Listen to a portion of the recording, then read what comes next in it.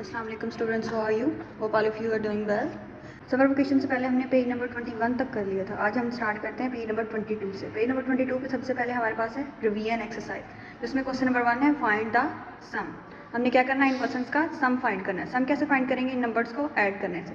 Question number 1 में उन्होंने horizontally questions right किए हुए हैं। सबसे पहले हम क्या करेंगे, इनको वर्टिकली राइट करेंगे। वर्टिकली राइट करने के बाद हम क्या करेंगे, इन्हें ऐड करेंगे। सिंपल वंस की प्लेस से ऐड करना स्टार्ट करेंगे। सबसे पहले अब 4 और 3 इनको ऐड किया तो आंसर आया 7, 5 और 0 5, 1 और 2 3, 4 और 2 6। इसी तरह बाकी क्वेश्चन भी। अब सबसे पहले ये जो हॉरिजॉन्टली उन्होंने हमें क्वेश्चन लिख के दिए, आपने इन्हें वर्टिकली राइट कर लेना है और फिर इन्हें प्लस कर देना।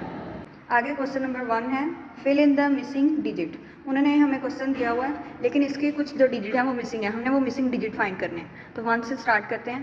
0 और 8 इनको ऐड करें तो हमारे पास आंसर क्या आता है, 8। आगे उन्होंने हमें ये 0 दिया हुआ है और ये 4। ये वाला जो डिजिट है वो मिसिंग है। इसका मतलब है कि 0 में हम कौन सा नंबर ऐड करें, हमारे पास आंसर 4 है। तो आंसर इधर बॉक्स में वो नंबर आएगा 4।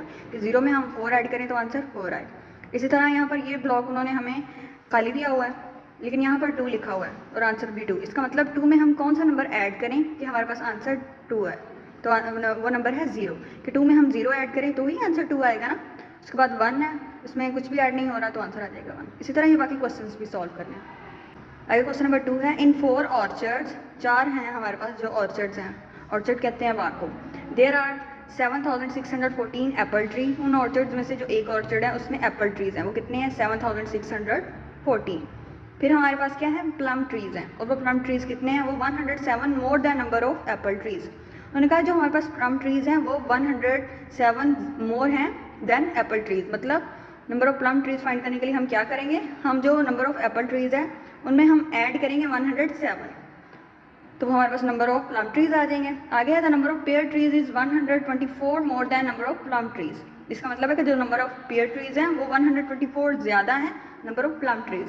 अब number of pair trees find करने के लिए हम क्या करेंगे, हमारे पास जो नंबर ऑफ प्लम ट्रीज हैं उनमें हम ऐड करेंगे 124, क्योंकि 124 मोर देन है ना प्लम ट्रीज, इसलिए हम 124 में ऐड करेंगे। जो आंसर आएगा वो हमारे पास आ जाएगा नंबर ऑफ पेयर ट्रीज।